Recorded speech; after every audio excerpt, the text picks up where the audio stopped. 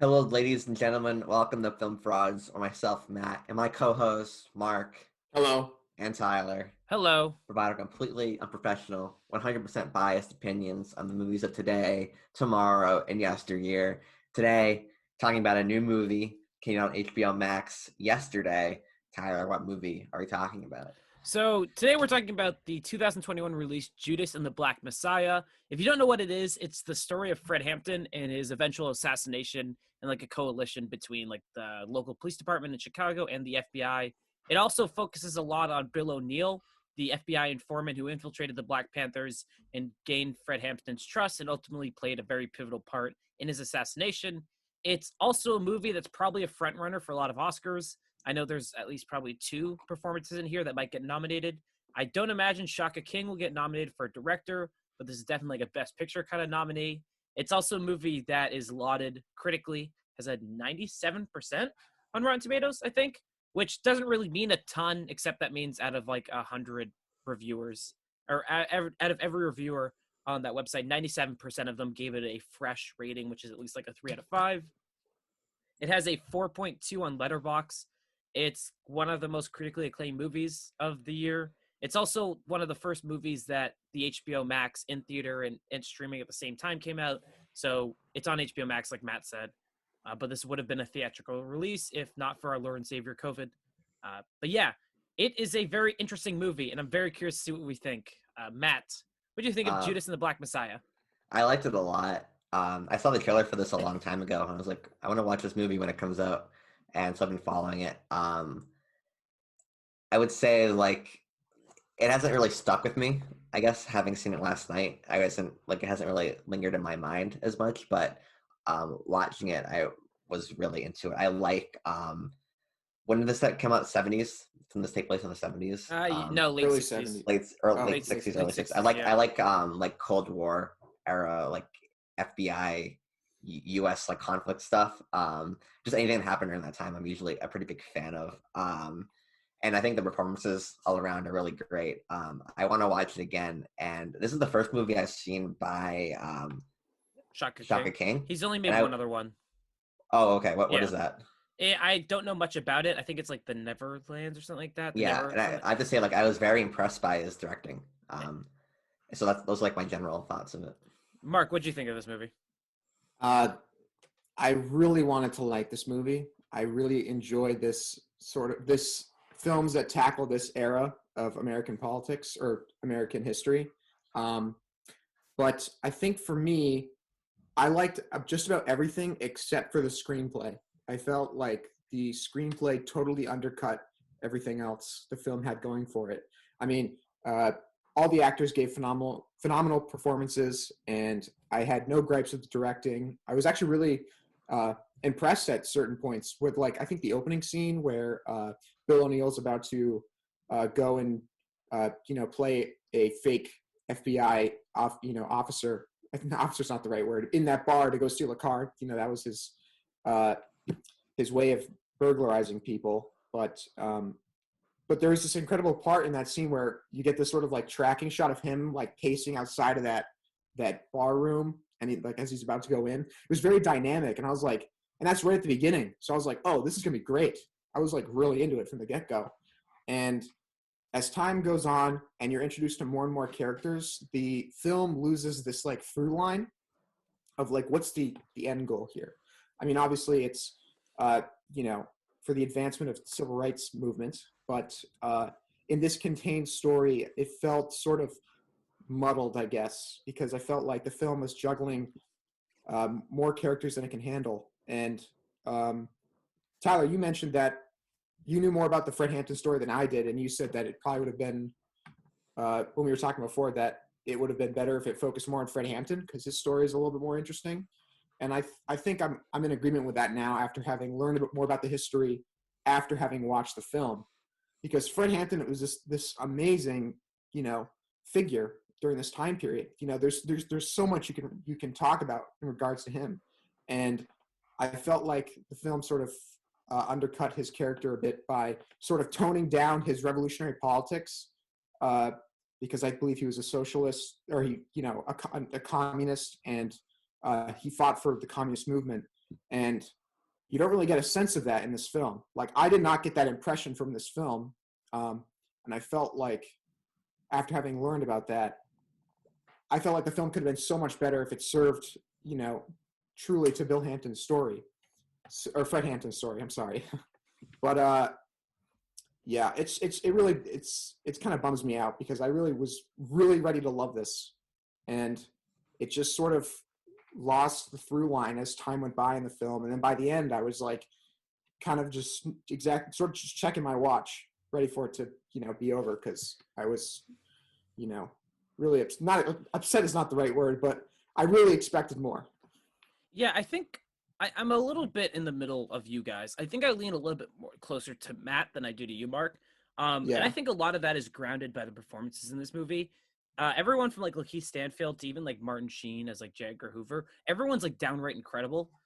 Daniel Kaluuya is one of the best actors working today. I mean, I think he was kind of like, he was cemented as like one of the early rising stars in like Get Out. And he's only kind of risen in popularity. And this kind of just cements that he's like a must see kind of actor. Like any project he's in. I haven't seen Queen and Slim yet, but that one I kind of want to check out now because of him. He's really he's probably the best part of this movie. But in terms of like critiques, I think there's a very missed opportunity here. And I don't want to compare this to like old other biopics of like civil rights activists and stuff like that. But we were talking about this before. A lot of the downfalls of this movie for me are where something like Malcolm X succeeds. Malcolm X is the Malcolm X biopic directed by Spike Lee that came out in like 92. This movie is not a Fred Hampton movie. And it's weird. Despite it being a Fred Hampton told story, there's a lot more focus on Bill O'Neill, the FBI informant who infiltrated the Black Panthers, like I said at the beginning. And he is not a well-developed or interesting character in this movie to me. He is someone who has so much potential. And I was listening to interviews with Shaka King before the podcast, and he was talking about what he wanted to do with like Bill O'Neill and how he wanted to convey this kind of sense of, uncertainty with what he's doing, or this kind of like political apathy. And I never really got the sense of it. Every time the movie focuses on Fred Hampton, I'm into this movie. I'm so fascinated by this character, and like Mark said, like his political activism. He's one of the best kind of like orator speakers that we had during the civil rights movement. And I think Daniel Kaluuya portrays that in a really nice way, but a large portion of this movie is focusing on Bill O'Neill. And while like Lakeith Stanfield, gives like an incredible performance, and there are a few times where like he can like convey like a change of emotion at the drop of a hat, and it's astounding to watch. I always like take a step back and go, I'm not that interested when we follow him. We follow him for a lot of the movie, and more than I expected going into this.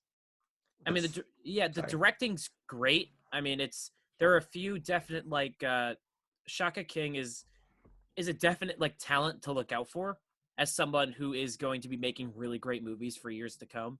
And I'm very excited not only for just more of this kind of stuff, but just to see where everyone in this movie goes. That's so funny that you say that, because I think we agree a lot that we both like this movie, but I loved how they followed Bill O'Neill. Really? I thought is it Lakeith Stanfield? Yeah. Lakeith Stanfield. I thought he was phenomenal, and I totally got the conflict that he had with following the FBI versus he starts off not really caring about the Black Panther Party, and then like as the movie goes on, I totally understood that he was starting to believe in Fred Hampton's message. And we're into spoilers, right? Yeah. Well, I mean, that was we're kind of in spoilers at this point. I mean, it's a real world event, so I think people know what happens. Yeah, know about Fred Hampton. Yeah. Like that, like my favorite scene is when Fred Hampton comes back from prison, and he does his speech where he says that we are revolutionaries, and then you have Bill O'Neill like by his side, like on like below in the podium, and he's doing the chant, and then he looks at the FBI agent played by Jesse Plemons, and like they're all doing the chant and the hand signal, and I totally got like the conflict in Bill O'Neill's like he's acting there. I don't know. I totally understood like his conflict and like how he was like battling with like his starting to appreciate Fred Hampton. I would say there needed to be way more scenes with Bill O'Neill and Fred Hampton. Like they Right. are barely yeah. interact with each other. I said that's definitely a huge problem with the movie, and like something that I can't like reconcile with. But I don't know. I was so happy that it followed Bill O'Neill, 'cause I think this is a standout performance for Lakeith for like I keep forgetting his name, like Lakeith Stanfield. I think that like this is his best role I've seen him in, and I was totally like I thought he was the best actor in the whole movie. Have you seen I'm Sorry to Bother You? I Yeah. liked the first half of it very Yeah, much. it gets. I think it's really that was like the movie where I was like, oh, he's gonna be like an incredible actor for years to come. He's Yeah, great in he's good Knives in it. Out. I just think the movie is like just too much. It's weird. It's like it's a Yeah. lot of like social commentary kind of stuff like that. But yeah, no, he's absolutely like their performances are what makes this movie like I think special in a Yeah. certain regard. I'm in agreement with Mark though. There's a lot of like screenplay issues here. I don't know if you want to speak more on that, Mark. Like what really stood out to you there. Yeah. Well, I'll say that the Fred Hampton story was something that I was ignorant of up until or before I watched the movie. And Yep. when I watched the movie, I understood the weight of his character and the role that he played, but it sort of wasn't clicking in my head as to not exactly why, but the film puts him in the position that Fred Hampton was in, his influence, but it sort of feels like is underutilized the best word for it? I don't know. But what I'm trying to say is underdeveloped because after having watched the film and then learning about the actual Fred Hampton, who was 21, I mean, Daniel He was not Kaluuya like is 21. There's a 31. that's a big critique I have about the movie. I want to get to in a second. Well, yeah. And then I think the film, after having watched it, and I wasn't too high on it after I watched it. When I learned more about the history, I became even less on it. Because there was so much opportunity there to really make something. I mean, everything on paper, this should have been a great movie with all these actors. Shaka King, I mean, this up and coming director, he, obviously he showed off his skills in this film, but it just falls flat. And I think it's because there's no through line. That's basically what I'm just trying to say. I'm in the most complicated way possible. Yeah. Just there was no through line, and there's plenty of material to make that through line. I mean, just the youth trying to, fight for civil rights in this country, and it's just sort of lost in this film. Yeah, there's a bunch of like different things. This isn't like the typical kind of biopic in a sense that we get the start of everyone's life here. We're very much introduced Fred Hampton when he's already an influential figure. And the movie at a certain point, when you do that, has to convey to the audience that he's influential, not just off of like the ethos of us knowing who Fred Hampton is based on kind of history and where he stands within the civil rights movement and kind of like his very like truly like horrific assassination at the hands of our government. And we're supposed to then be built into that. And while like Kaluuya, I don't want to butcher his name. I think it's Kaluuya. While when the stuff he is given is downright incredible, I'm kind of in agreement with you. I don't know if there's ever a sense of like, hey, this is like, we kind of get it. Like we get a few speeches where I think Matt, and that's like the one moment where I'm like, I get it. I was like, I see why he's such a big figure. One of my big, I think, not necessarily like, I hate the criticism of this would be a better movie if it was a different movie. I hate that criticism. Yeah. It feels like such a cop-out. I feel like there's a very big missed opportunity here in this movie. There's almost no like understanding of how young Fred Hampton was when this happened. And there's almost a certain sense of tragedy. Fred Hampton was 21 when he was assassinated. Like Fred Hampton was younger than us when he was killed by the US government. And there is a certain missed opportunity because in the movie you never get the sense that he's a young man. He is very much, he's put in a position of power, and maybe that's a commentary on what people had to go through during that time and what this was like. But I feel like there's that missed gut punch to be like, he's young, he's 21, and look at the influence he's being made, because the way in which the ending happens is very, very well done. It's like a jaw-dropping kind of like, oh my God, ending. But the fact that he isn't never like, his age is not mentioned until the end is kind of like that moment where I went, wow, I really needed that like before the movie. Yeah. I don't know. I like, it's just, there is a lot of great things here, and I don't want to sell that short. There are like legitimately astounding moments in this movie. I think the first gunshot, the gun kind of like shootout, between the police and the Black Panthers, their headquarters, is very reminiscent of Heat, Michael Mann's Heat, which Shaka King is being on record of saying that was an inspiration for some of this movie. Whether that's like the realistic gunshots and kind of like how that sounds and the impact of it and the weight, I think is really impactful. The final sequence is just like, it's just rough. Like, it's just kind of, you watch it and you're like, ugh. You're like, God damn. And like everything with like Jesse Plemons, I think is like phenomenal in this movie. I was like all on board on Jesse Plemons.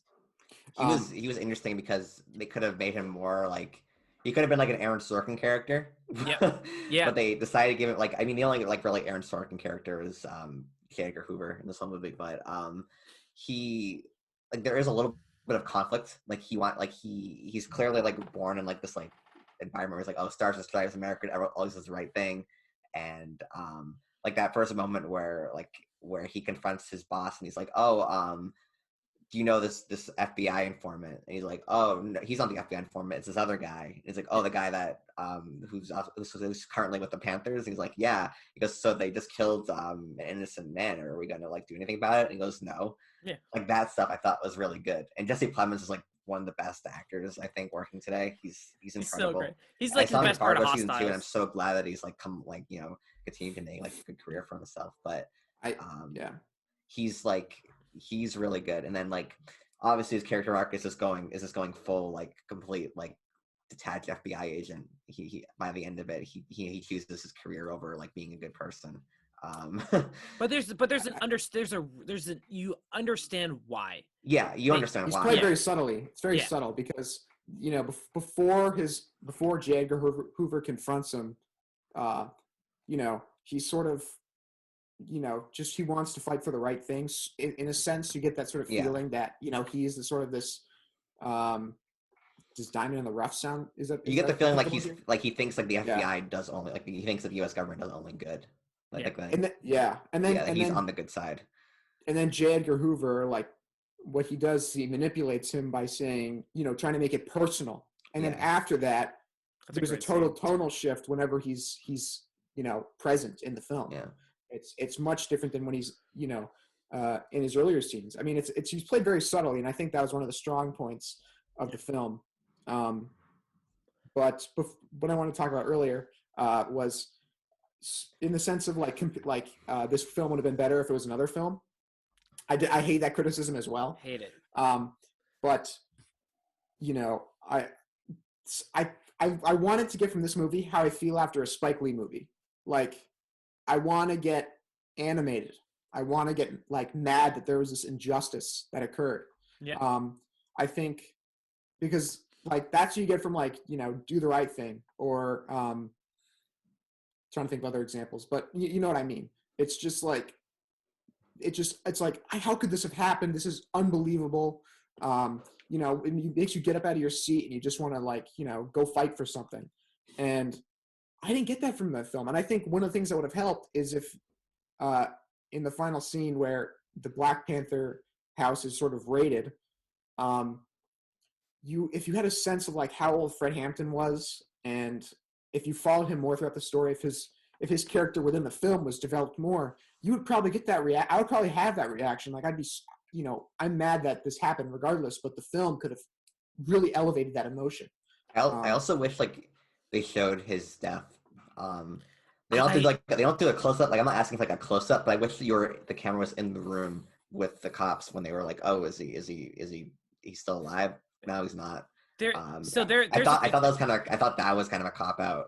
Really? Just because doing close up on the woman's face, on the girlfriend's face. I don't want anything grotesque, but I wanted to be in the room. I want to see the cops go through their thing. They're walking around and you just you could see Fred Hampton in the background or something like that. I think would have made it better. I'm complete on the opposite in this one, Matt. I think that's one of my favorite aspects of the movie, because this movie spends a lot of time trying to humanize Fred Hampton, and that's the issue. Is a lot of the movie you spend with him and his girlfriend, wife, in the movie played by Dominic Fishback.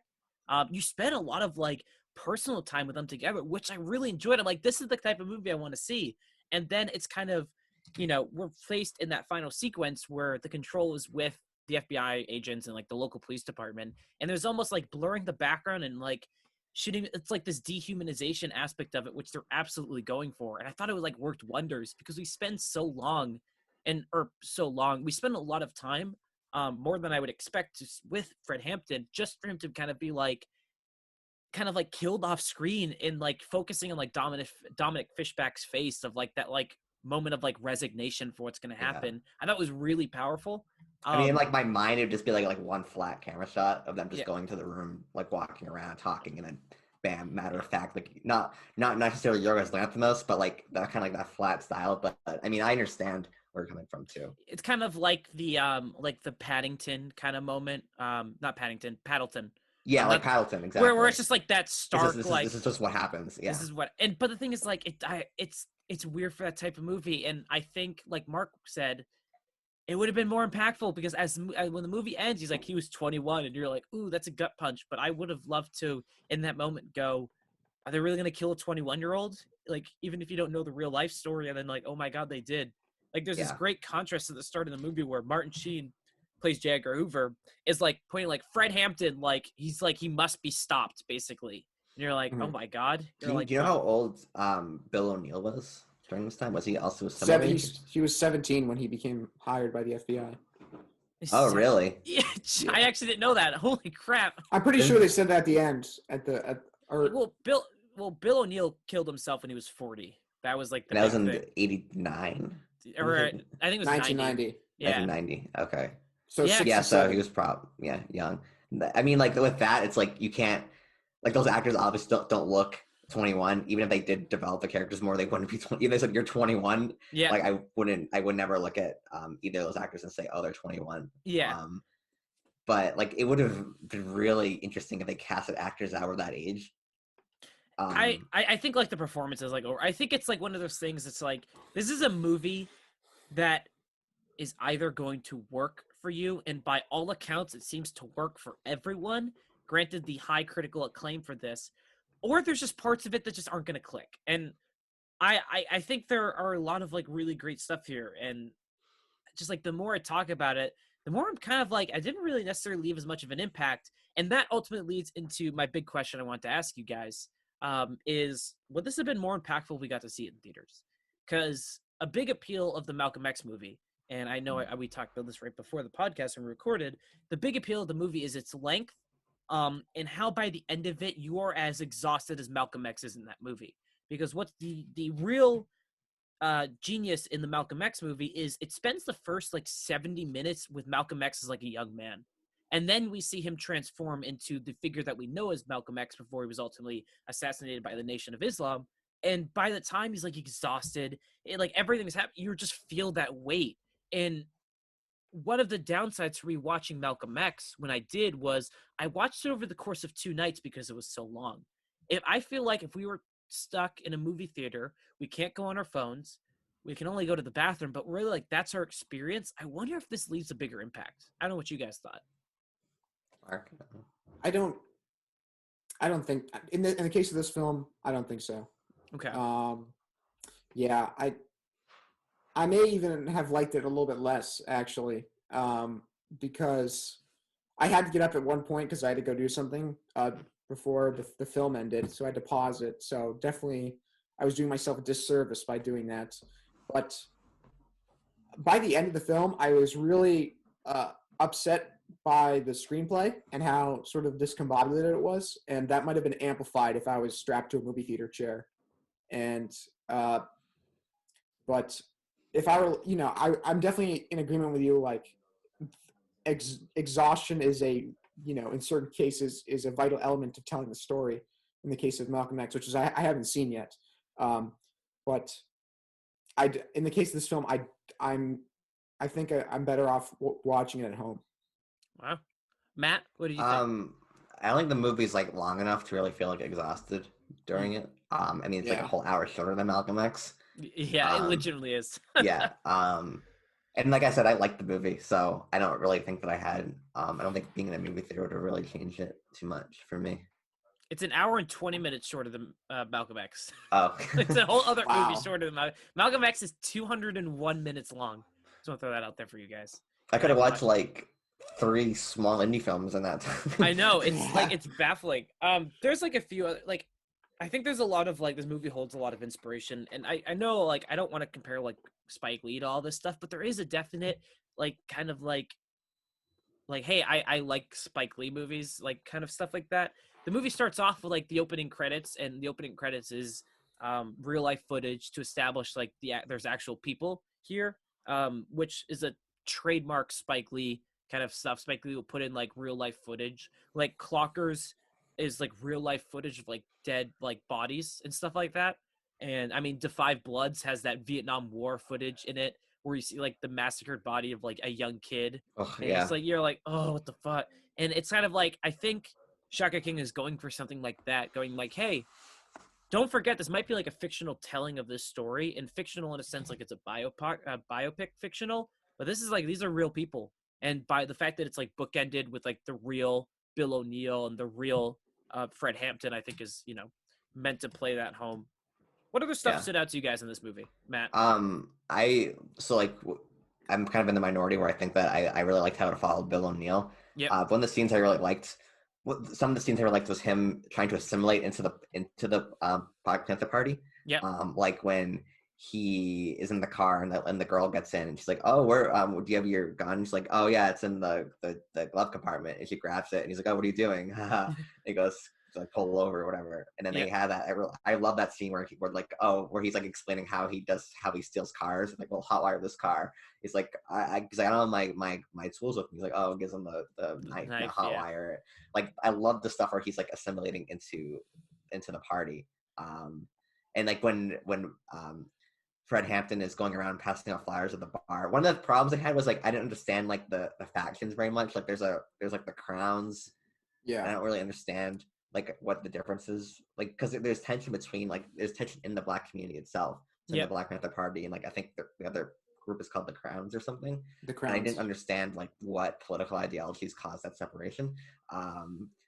But like in like that scene where like they're in the bar and like he like breaks like the full stick and he's like getting everyone to back off. That's how he gets into Fred Hampton's side. Yep. And then like him doing and then like Fred Hampton making like all those people do tests, Yep. like quizzes, and then he tries to cheat on it and make him do push-ups. Yep. I don't know. I thought that stuff where he's assimilating is all really good.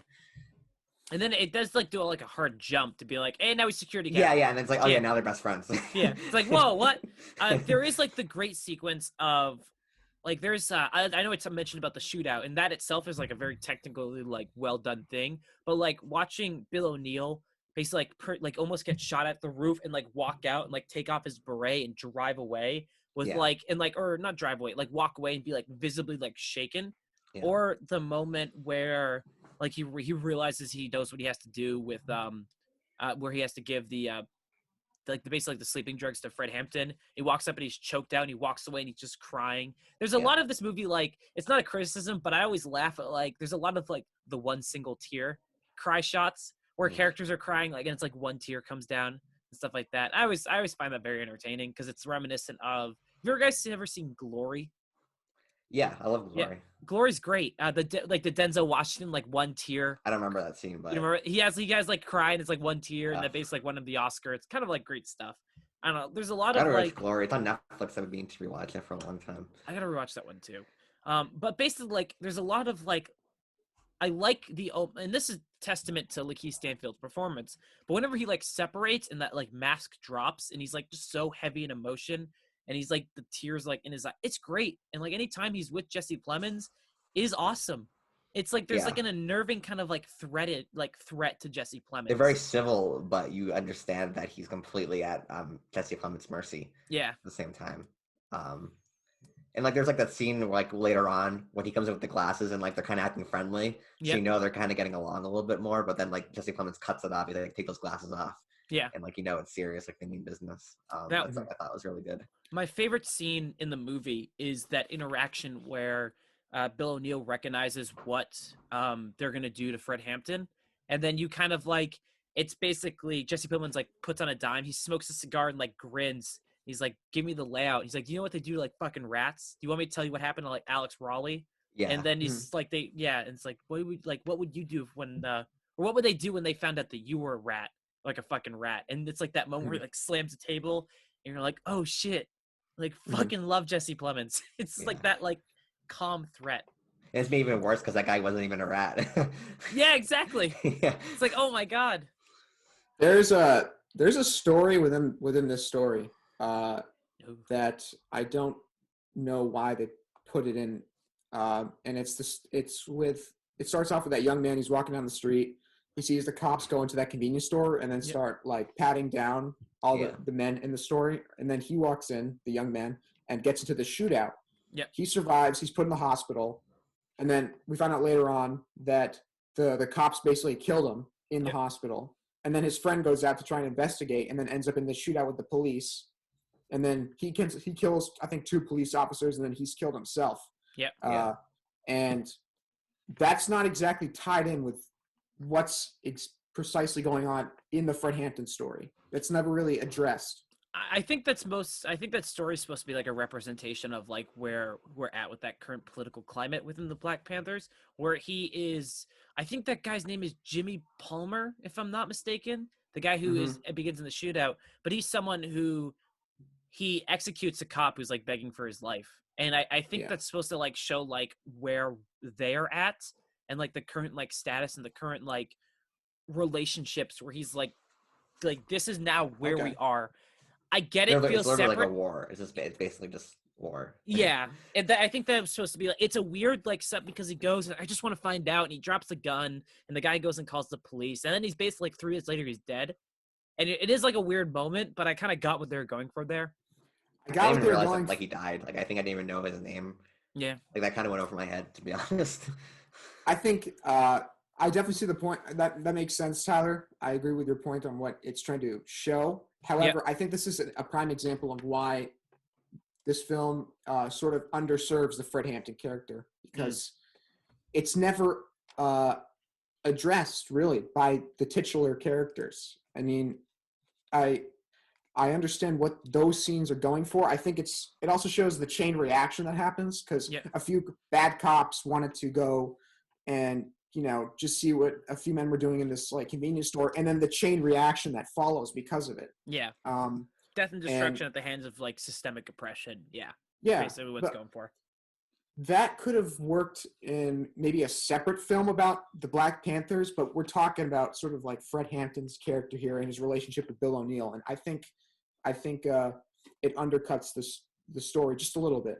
I'm not saying that the weight of the scenes is not felt. I'm just saying it's sort of the film did not feel focused in that Yeah. regard. I think it would have been interesting too if they covered like the legacy of Fred Hampton because I mean I'd never heard of him until I saw the trailer for this movie. Yep. Like I don't think he's at least like in my school when I grew up, like when we learned about the civil rights movement, like I never heard, like I know Malcolm X, Martin Luther King Jr., but like seeing like the funeral procession and like the protests that were like the real footage they showed after the movie was over, like after his funeral, it seems like he was like a very big name during this time period, and like I think it'd been interesting. Had you guys heard of him like before this movie had come So out? he's actually No. in a movie we watched and talked about already. He's in the trial of Chicago 7. When Bobby Yeah, that's right. He is. because Bobby Seale is like Fred Hampton was killed by, and then like so this is not the first time we're talking about Fred Hampton in a movie. But that movie also came out last year. I mean, yeah, but last year in a sense in October or early November. I knew I had heard about him, and I knew he was killed by like the U.S. government. I didn't really know much of the story. It's a very like harrowing thing to be like the look up like Fred Hampton and see the photo of like his dead body in like the doorway, where like he was dragged from his bed and like thrown on the ground. And it's like holy fuck! It's just like that moment where, and again the biggest. And it really is just like this is like completely subjective, and all reviews are, and we need to get into like a big thing of that. But for me, like I would have been so much more heavily impacted if I would have been like I would have known his age before, and they would have really put emphasis like this is like a 21-year-old like kid, like placed in like a very big position of power due to the system around him, the oppressive system around him. He's had to grow older, he's had to grow up, but he's 21, and the U.S. government just worked together to kill him. I'm like that is such a heavy like fucking topic, and they just it's mentioned at the end, and like that and like the biopic like standard of here's where everyone happened to everyone. Here's what happened, blah blah blah blah. Like that kind of like recap. Yeah, What'd definitely you guys agree think with of the score in this movie? I thought it was good at times, and then other times it was kind of invasive, and Mm, I thought it undercut some scenes. Specifically, for example, well, this is sort of one long scene, I guess, is when the Panthers go to meet the Crowns, and you have that confrontation, yep. and you get that shot of, I think they're going up the stairs, and there's this like this the score has this incredible tempo, and you really start getting energized for the scene that's about to come, and then you have this confrontation between uh, Fred Hampton and then the head of the Crowns, Yep. and the tension's building in the scene, and then I think you get like this weird like piano sort of score, a totally different instrument than what you hear in the lead up to the scene. And what it does is it sort of undercuts the tension a bit for me, Yep. and it was also kind of jarring a bit because it didn't seem consistently in tone with the score that's played leading up to the scene. Yeah. And so that was the moment where I was most aware of the score.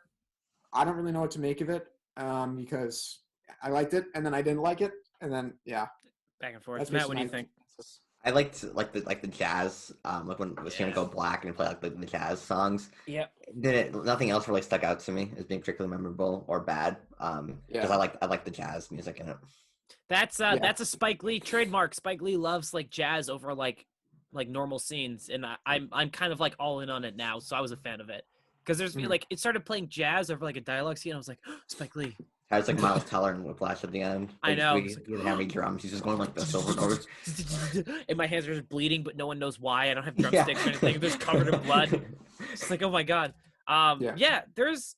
Again, I feel like. Do we want to get to kind of like our favorite scenes? Have we already really talked about that? You mentioned my favorite scene. It's Yeah, I mentioned the my favorite layout. scene. Yeah, there's a lot of kind of stuff like this. I think I don't really have any much more to say about this movie. I think I sound like I'm crapping on this movie a lot.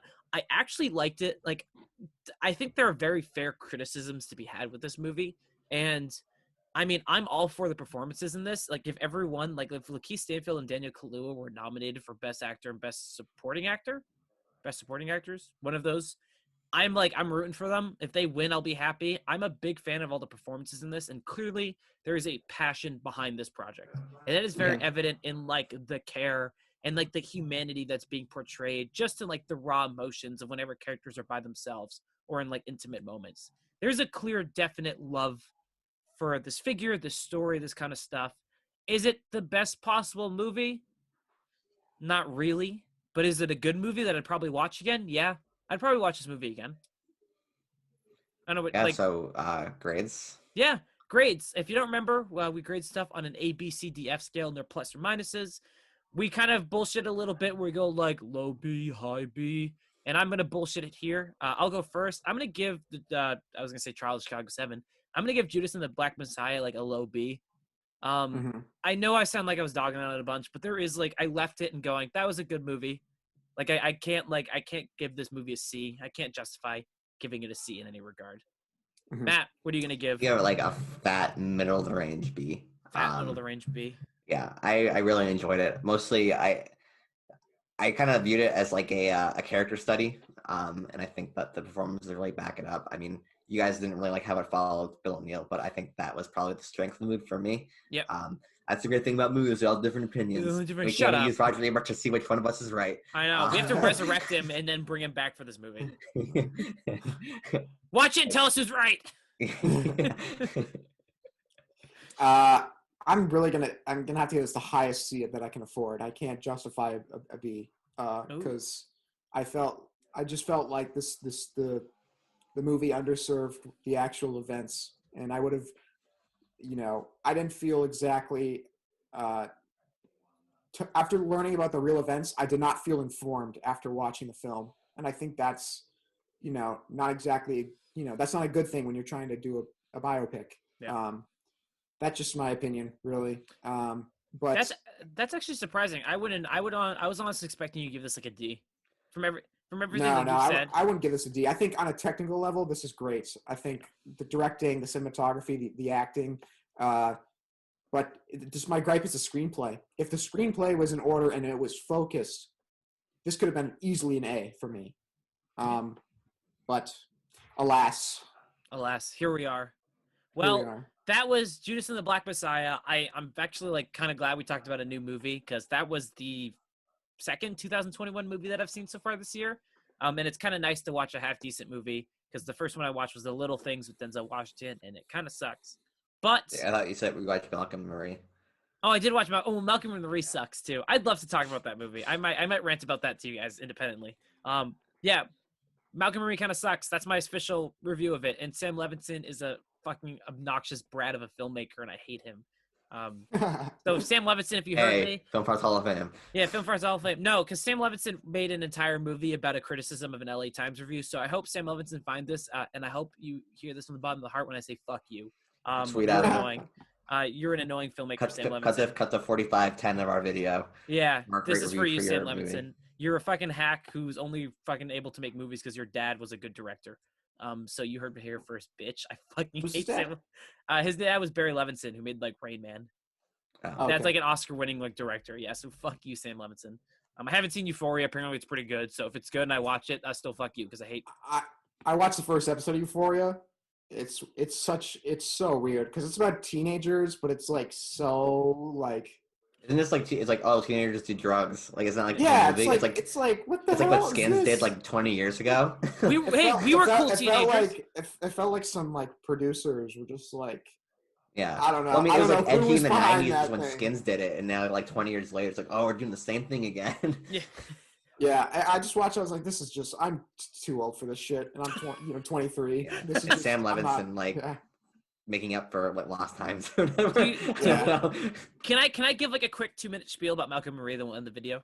Yeah, go Okay. for it. There's this fucking movie is just this entire movie is a veiled attempt to get back at an LA Times writer who basically made fun of Sam Levinson for how bad Assassination Nation is. Because there's a certain point in the movie where they have mentioned, and I quote, the white girl from the LA Times about 45 times in the movie because the character of Malcolm, played by John David Washington, is a narcissistic like film like director who had his first good movie, and he's all he does is rant about the white girl from LA Times.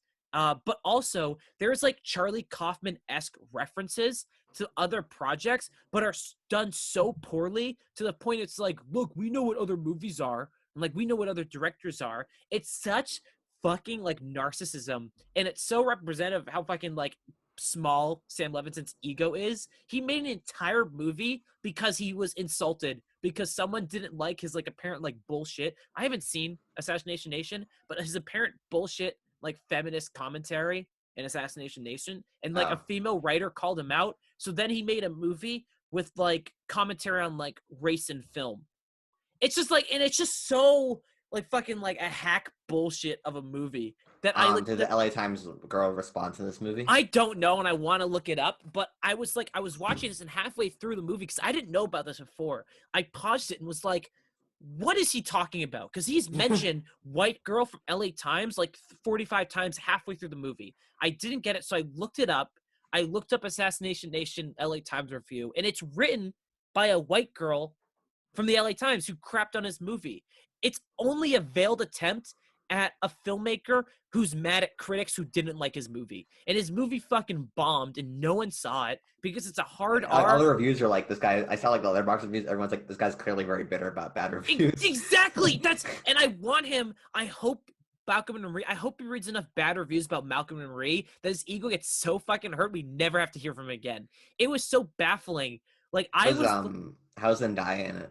Zendaya and John David Washington are like legitimately really great. Like Okay. they're movie stars. Like, and I didn't think that she's very good in the Spider-Man movies, but that's all I've seen her in. There is I know I've been shitting on it, and I actually would recommend you guys check it out because one, Zendaya has legitimately one of the best scenes in like a movie I've seen recently, where it's like, oh damn, and John David Washington is legitimately like his dad reincarnate.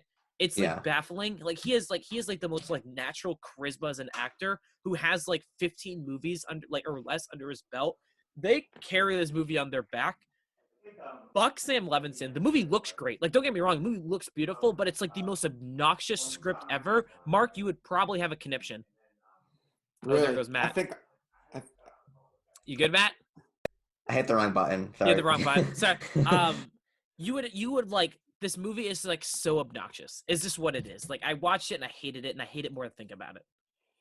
Yeah, I think when films become a mouthpiece for the director, it's just the most. I hate using the word pretentious, but pretentious is the only way of describing such acts. Please watch it. Like I would pay you guys like $10 to watch this movie. I get bothered by Charlie Kaufman. I feel like if I watch this movie, I would just tear my hair out of my head. Charlie Kaufman is just like a sad boy, you know. He just let him do his thing, man. Don't Charlie leave him Kaufman alone. is just lets everyone know he's a tortured genius. His Can Wi-Fi I- went out, and he wrote He is a video game. tortured genius. Except I- his book sucks. Can I pay you And guys? his movies. Can in I my pay you opinion. guys to watch this movie? Like legitimately, can I pay you money to watch Malcolm and Marie? It's an hour and 40 minutes. I just want someone else to feel the way I do. Does I it take place in like the house that they're in? Yeah. Okay. So And it's like the same scene like a few times over. It's like 3 major arguments. Okay. And then John David Washington yells about criticism for like 10 minutes.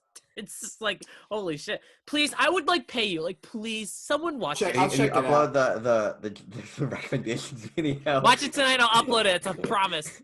Let's do a video called Film Frauds Calls Out Sam Levinson. Levinson. Fuck Levinson. yes. I would absolutely rewatch this movie just to hate on him more. Let's watch Assassination Nation, then we'll read the review. No. We'll start our review of Assassination Nation and Malcolm Marie by reading the review from the LA Times girl in full. Yep. I And want to see if just she go, respond to this video, to his new movie. I hope so. Yeah. Film Okay, Frauds guys. Investigation. So I don't want to make these videos too long, but thank you Yeah. guys. This is thank you guys for watching. Matt, what's our call to action? What are we watching next Like, week? comment, subscribe, comment, Bump Prize Loans. It's me. We're on iTunes, Spotify, YouTube. Leave a comment. Tell me what is your favorite Sam Levinson movie. It's Assassination Nation or Malcolm and Marie. Yeah. Which one did you hate more, and how badly do you want to punch him in the face? Yeah. Let us know in the comments those questions. Next week we are doing another new movie called Nomad. Land. Nomad Land, whatever. That's what I said. Should be very exciting. I have no idea what this movie's about. Neither do I. I legitimately like all of these movies. I've only seen a trailer for Minari. Like I didn't watch a trailer for Judas and the Black Messiah. Yeah. I didn't either. Yeah, it was kind of Oh, nice. I watched actually. the trailer for it a while ago. I watched a trailer the for trailer's really good. Nomadland.